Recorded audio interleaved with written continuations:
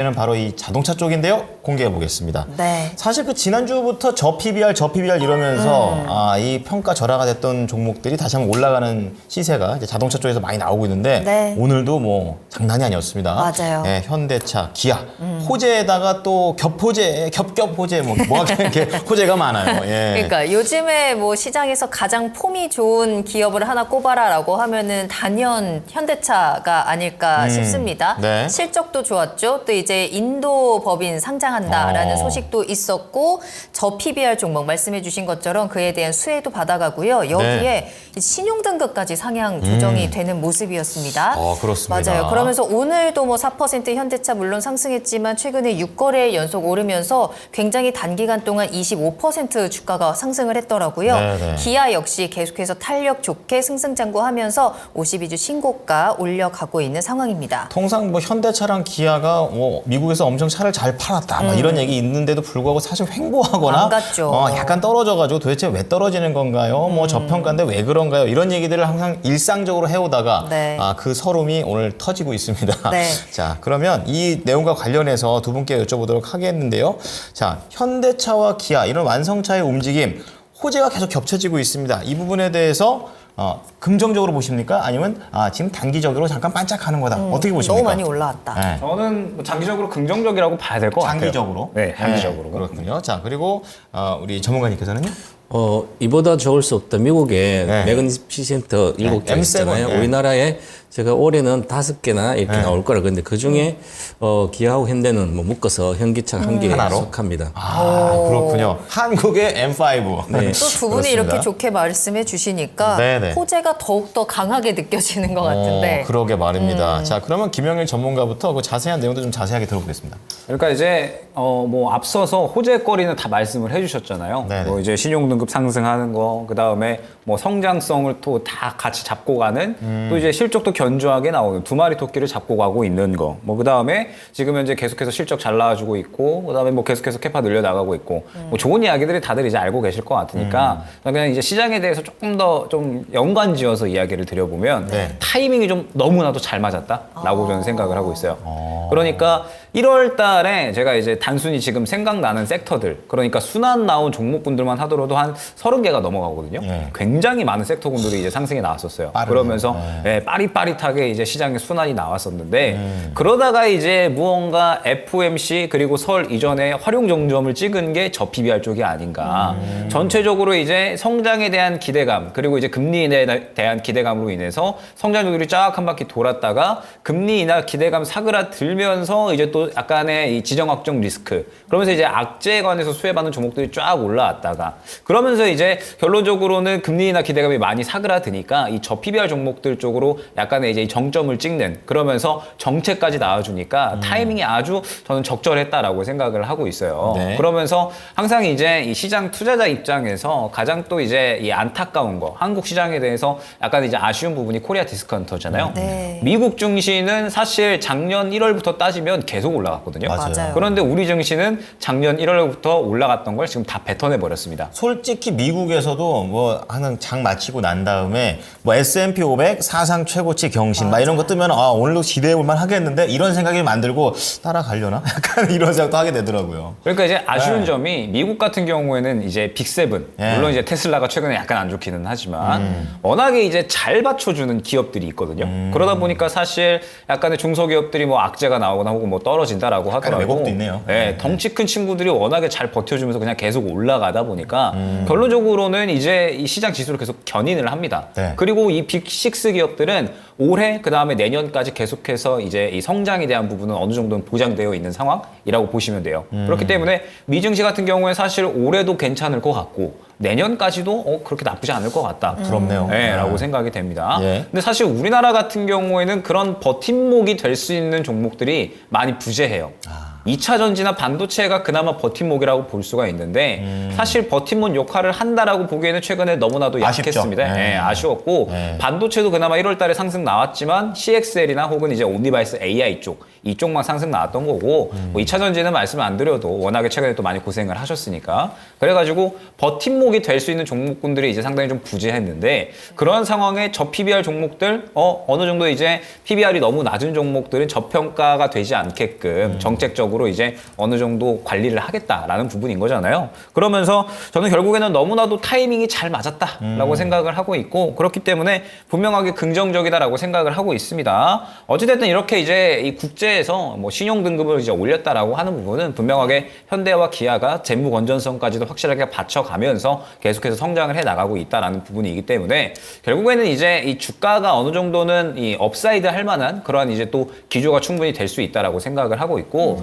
사실 또 그동안에 현대 기아뿐만 아니라 자동차 종목들 갖고 계시는 분들은 이렇게 실적이 잘 나오는데 왜 이렇게 못 가지? 라고 생각을 하셨던 분들이 많으셨을 거예요. 네. 사실 작년 같은 경우에도 우리가 자동차 쪽 얘기를 해보면 사실 꾸준하게 실적이 잘 나왔는데 무언가 성장할 만한 모멘텀 동력이 살짝 떨어지니까 그때부터 막 이제 주가가 하락을 하기 시작했거든요. 네. 그런데 이제는 정책적으로 어느 정도 그 부분을 보완해 줄 수 있다라는 기대감이 시장에 형성이 된 거니까 저는 분명하게 좋다라고 생각을 하고 있고 이번에 이 저PBR 정책 관련돼서 수혜를 받는 종목들이 한 차례 순환이 나왔고 최근에 일부는 약간의 이제 차익 실현이 나오고 있습니다. 근데 저는 차익 실현이 나온다라고 하더라도 이렇게 이 저PBR 정책이 뭐 단발로 끝날 게 아니다라고 한다면 그래요? 결국에는 이제 어느 정도 또 눌림 구간이 오는 그런 종목들은 또 다시 한번 살만한 기회를 줄 것이다라고 보고 있기 때문에 저는 뭐 단기적으로도 장기적으로도 충분히 좋은 그런 호재가 아닌가 생각이 됩니다.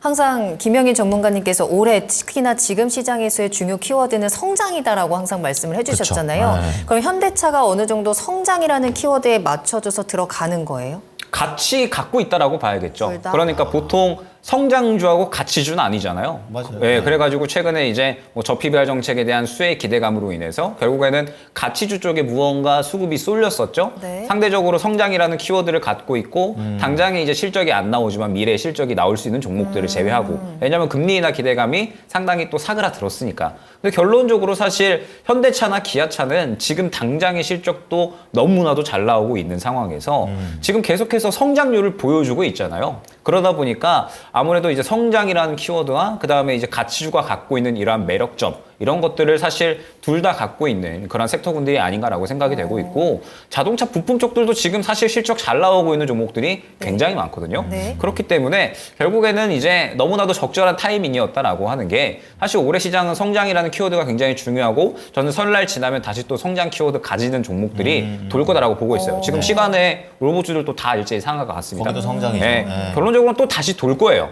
그런데 현대기아는 성장이라는 키워드도 같이 갖고 있다 보니까 그러면은 이제 이 어느 시장이 어느 방향성으로 가든 동시에 또 상승이 나올 수 있는 종목군이 되지 않았나라는 생각입니다.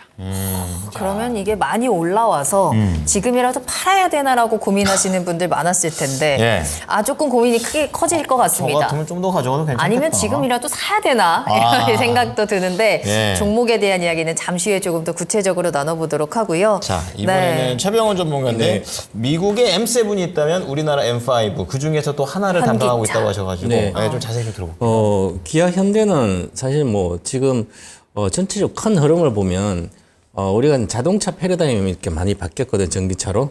내연기관에서 이제 이렇게. 전체적으로 바뀌었습니다. 그래서 저는 이제 전체적으로 전기차도 좋지만 올해는 이제 전기차보다는 자동차다.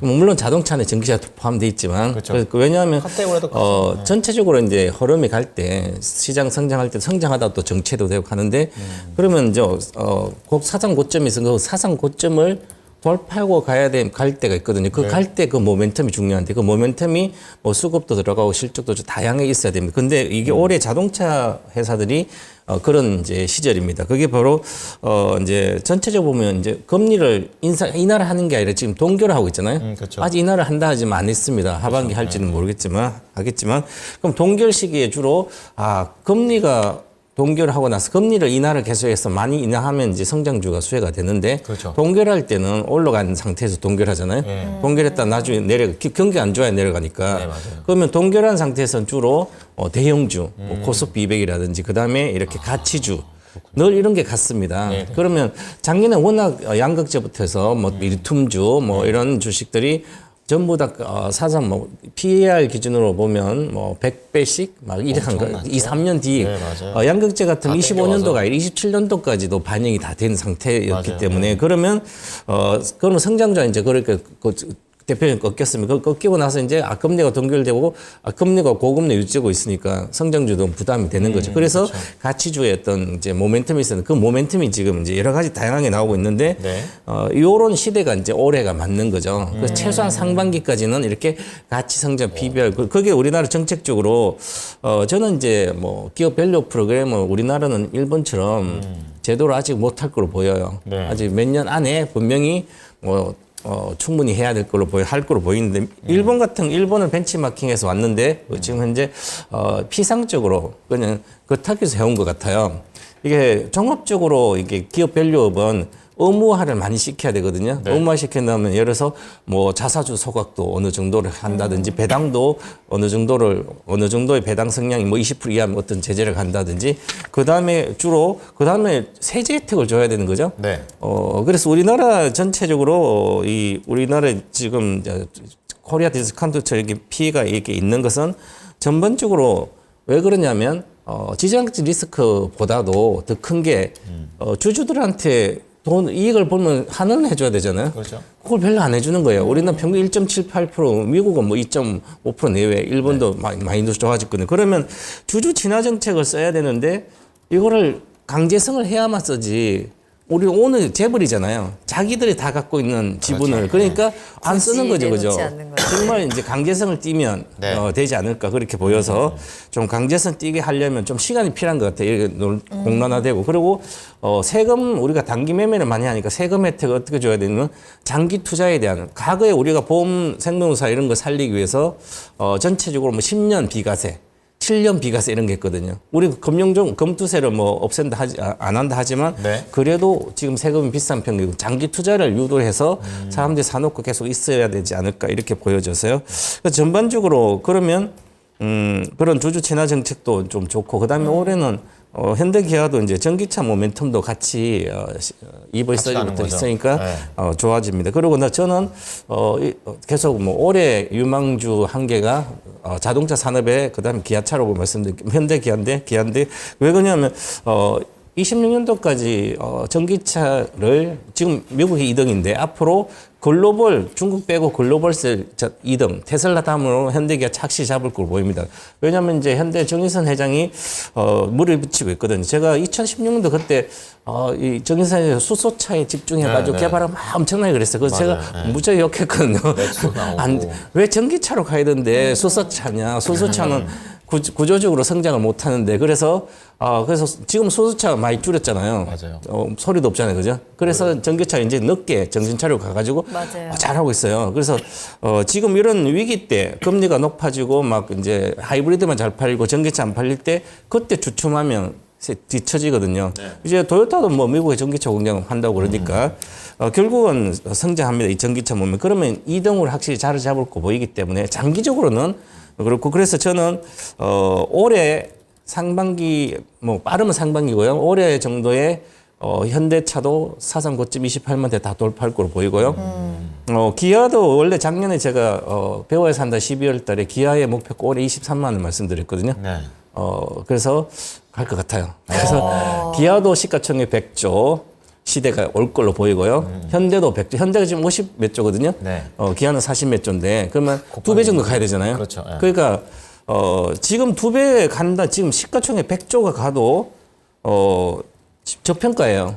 왜냐하면 지금 PBR 기준으로 자산가치 0.6배, 뭐 0.5 이렇게 되고 PER로 수익 가치로 봐도 5배거든요. 뭐 다른 수익으로 봐도 만약에 예를 들어서 뭐 성장을 못 하니까 이렇게 적게 받는데 지금은 성장을 하거든요. 네. 수익성 한 달에 1조를 벌어요. 두 회사 다. 현대기아차가 15조 작년에 영업 장세 벌었으니까 1조씩 버니까 엄청난 벌잖아요. 그 중에 30%만 배당해도 배당 성량 30% 엄청난 배당을 줄 수 있거든요, 사실은. 그래서 좀 어느 자기 몫을 나눠서 주주들한테 주면 네. 외국계 지금 공격적 사고 외국은 그전부터 샀어요. 그래서 공격적 사기 때문에 장기적으로 아주 좋다. 저는 이렇게 보고 있습니다. 네. 그러면 이제 궁금한 것이 완성차라고 그냥 이렇게 카테고리를 짓고 반도체하고 2차전지 이런 주도주들에 비해서도 이 자동차라는 카테고리는 매력적으로 보시는 그러게. 겁니까? 어, 길게 봤을 때 전문가님 긴 거. 현대 기아차만 그렇죠, 그랬죠, 그렇죠. 이거예요. 길게 보면. 나머지 그 부품주가. 부품은 네. 전체적으로 부품주 쪽에는 패러다임이 확실히 바뀐 네네. 그런 쪽의 수혜주도 있습니다. 뭐 서현, 서현이요? 서현하고 서현, 지주 서현하고 서현이야. 그룹들, 예. 이런 쪽 확실히 바뀌어서 이렇게 크게 좋고요. 그다음에 네. 뭐 현대모비스는 앞으로 자율주행부터 여러 가지 관련된 그렇죠. 걸 하고 네. 있으니까 그렇게 대형주는 좋고 또 현대모비스는 뭐 로봇 또 해서 자에서 있으니까 그럼 코리아프트 올해 하이브리드의 강자가 또 코리아프트거든요. 그렇죠. 네. 이런 식으로 이런 회사들은 지금 요 제가 언급한 회사는 전부 다 PBR 1배 이하고 서현은 뭐 0.5배도 이하예요. 그죠? 그래서 PBR. 저 PBR 주면서도 이렇게 올해 실적이 아주 크게 증가되고 있고 지금 이미 보여줬고요. 그래서 이런 쪽은 차별화 강세가 되지 나머지 예를 들어서 만도라든지 뭐 이런 거 있잖아요. 네. 이런 회사는 쉽지 않은 거죠. 잘 현대위아도 골라야겠네요. 그렇고 네. 이런 거 건드리지 마시고 네. 부품주 사고 싶으면 확실히 아니면 형님이 잘 가는데 형님을 사면 되죠. 그렇죠? 그렇군요. 네. 알겠습니다. 말씀해 주신 것처럼 근데 확실히 좀 자동차 완성차가 가다 보니까 그죠. 부품주 쪽도 좀 투자 심리가 살아나면서 따라가는 모습이 보이는데 맞아요. 차별화는 분명히 나타날 것이다라고 말씀해 주셨거든요. 네. 김영희 전문가님께서도 부품주에 대한 의견은 어떠신지 좀 궁금하네요. 저는 긍정적이라고 보고 있는데 잘 골라 사야 된다라는 거는 저도 동감을 합니다. 왜냐하면 지금도 자동차 부품주들이 뭐 서현이야 같은 거, 서현 같은 경우에는 엄청나게 날아가거든요. 맞아요. 그런데 이제 뭐 일부 뭐 만도 같은 경우에는 오히려 떨어지고 있는 그런 상황이기 때문에 지금 굉장히 좀 잘 골라야 되는 그런 상황이다라고 보고 있고 지금 이제 자동차 부품주 중에는 여전히 이 PBR 1배 이하인 종목들이 굉장히 많습니다. 그러면서 지금 현재 실적도 견조하게 어느 정도 받쳐주면서 현대 기아와 밀접하게 연관성이 있고 그러면서 저점에서 이제 새롭게 물량 들어가는 종목들이 지금 제 눈에는 어느 정도 보이거든요. 그래서 이 종목들이 이제 어느 정도 추가적으로 더 따라갈 수 있지 않을까라고 생각을 하고는 있는데 네. 지금부터 조금 이제 중요하게 봐야 되는 부분이 이제 설날이 지나간다라는 부분인 거죠. 그러니까 저는 이번 주 시장이 굉장히 시장이 좀 약간 쉬어간다. 약간의 소강 상태로 진입했다라고 판단을 했거든요. 그러니까 종목별 순환은 거의 나오지 않는 상황에서 매우 일부 종목만 상승이 나오고 그러면서 설날 지나가면 이제 뭐 CPI, PPI, FOMC 의사로 그 다음에 다시 또 3월 넘어가면서 FOMC 이런 식으로 또 여러 이제 지표들이 발표가 되고 일정들이 다가오게 됩니다. 그렇기 때문에 설날 지나가면 이제 시장이 또 다시 한번 급등락을 보일 확률이 굉장히 높거든요. 그러면 이제 여기서 주의를 해야 될 게 설날 지나가면서 이제 새로운 섹터군들이 상승이 나올 것인가 아니면은 자동차 쪽이 추가적으로 더 상승이 나올 것인가. 일단은 저는 한 설날 정도는 지나가고 분위기를 좀 봐야 되지 않을까. 왜냐하면 저는 계속해서 강조드리지만 설날 지나고 나서는 결론적으로 다시 한번 시장이 이 저번 달처럼 굉장히 섹터군들이 좀 빠르게 순환이 나올 거다라고 보고 있거든요. 네. 그렇기 때문에 지금부터 매매할 준비를 해야 되는 건데 아직까지 자동차 종목들은 좋은 종목들이 많이 보이고 있기는 하지만 현대차, 기아차 가는 거 대비해서 무언가 덜 따라간다라는 느낌을 저는 받았거든요. 그러니까 뭐 서현이나 서현이야 같은 경우에는 굉장히 잘 가는데 무언가 그 외에 다른 자동차 부품 쪽들은 따라가기는 따라가는데 무언가 살짝 부족하다는 느낌을 어느 정도는 받았기 때문에 결론적으로 설날 정도 지나가고 나서 자동차 쪽에 조금 더 수급을 밀어 넣어주는지를 봐야 될 것 같아요. 그렇기 때문에 일단 자동차 쪽은 긍정적이다. 저PBR 종목들이 아직도 많이 있고 최근 수급 들어온 종목들도 굉장히 많이 있습니다. 그런데 일단은 저는 분위기를 봤을 때 현대 기아차가 조금 더 갈 것 같기는 한데 이러한 분위기를 과연 이제 설날 넘어서까지도 바통을 좀 받아서 자동차 부품 쪽들이 이어갈 수 있는지를 한번 보시면서 전략 꾸려가시면 좋을 것 같습니다. 네, 이게 또 같이 가져야지 또 다음 주를 또 어떻게 해볼까 나올 텐데요. 지금 최병훈 전문가께서 앞서서 뭐 서현 얘기도 해주셨고 코리아 FT 얘기도 해주셨는데 뭐 종목 중에서 좀 긍정적으로 보시는 분 있으십니까? 그냥 서현이가 따라가면 됩니다. 따라가요? 그건 뛰면 네. 지금 초기 단계이기 때문에 그냥 처음에 질러야지. 양극재도 처음에 갈 때 따라가야지. 작년 나중에 8월 너무 이후에 올라가니까, 사신 분들이 30% 빠져서 많이 빠졌네. 올라가. 그러면 거기서 반타작 나거든요. 네. 항상 남들이 같이 환호할 때 같이 가고 그때 가다가 수익이 나서 있으면 그때부터 빠져나올 생각을 좀씩 먼저 하든지 네. 나중에 이제 너무 올랐어. 현대차, 기아차도 8만 원에 지금 12만 원에서 기아가 네. 현대차 지금 올랐으니까 이게 많이 올라와서 지금 따라가면 조정받을 때 기다려야지. 요것은 시세가 날 때 틀린 생각입니다. 테마주 할 때도 그냥 처음에 가면 상가 그냥 따라가서 다음날 손절하더라도 그렇게 가야지 내려온 주식은 끝나서 안 되거든요. 그래서 제가 현대차를 이렇게 보면 현대차의 특징이 있습니다. 이게 투자 심리의 어떤 해서 주가를 뭐 예측하는 건데요. 주가는 항상 특이성, 반복성, 동일성을 갖고 있습니다. 이 현대차가 장기적 연봉 차트로 5년을 갔습니다. 한번 가면 예. 5년을 갔고요. 지금 2년 갔다 지금 저 앞으로 5년 갈 거로 보여요. 그래서 3년, 4년, 5년, 6년 이렇게 해서 계속 갈 거로 보여요. 초입이네요. 예, 초입이기 때문에 왜냐하면 월봉 차트로 가는 것은 월봉을 박스권 상단 돌파하면 이게 대박이 돼요. 장기 대박. 그래서 이제 왜 이때 당시는 2009년도 이때부터는 현대기아차 3%의 글로벌 점유율이었는데 이게 9%까지 가면서 이렇게 갔습니다. 큰 모멘텀이 있었는 거죠. 네네. 장기적 모멘텀이. 그래서 가고 나서 못 갔는데 여기 유동성 때문에 21년도 이렇게 갔지만 올해부터 작년부터 시작한 제가 작년 5월 이후부터 현대기아차를 많이 이야기해 줬거든요. 기아도 8만 대에다 손주고 짧게 잡고 해드린 이유도 장기적으로 추세가 가거든요. 이게 왜냐하면 이제는 현대기아차가 아까도 테슬라 다음으로 세계를 잡을 거다.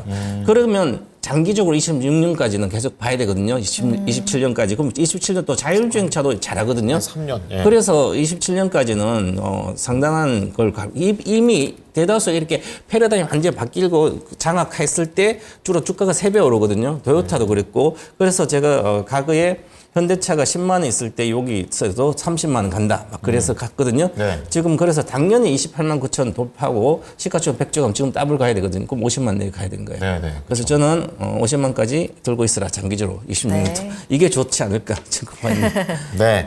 확실하게 또 갈만한 거는 또 밀고 가자. 또 이렇게 또 얘기를 좀 해주십니다. 자, 오늘 현대차, 기아, 저PBR로 시작해서 과연 이게 단기로 끝날 것인가 두 분의 의견, 이 완성차라는 부분에 대해서는 좀 긍정적으로 보시면서 단기로 봐도 괜찮고 진짜 장기로 길게 이제 초입이라는 그런 의견도 주셨습니다. 네. 그리고 또 추가로 궁금한 것이 평소대로는 완성차가 가니까 부품차도 가지 않을까 이런 것도 또 하나의 질문을 드려봤었는데 이 확산성과 관련해서 좀 더 기다려봐야 되고 종목 선택이 또 지금은 중요한 상황이라서 아무거나 딱 들어가면은 안 된다라고 말씀을 하셨으니까 잘 투자에 녹여보시기 바랍니다.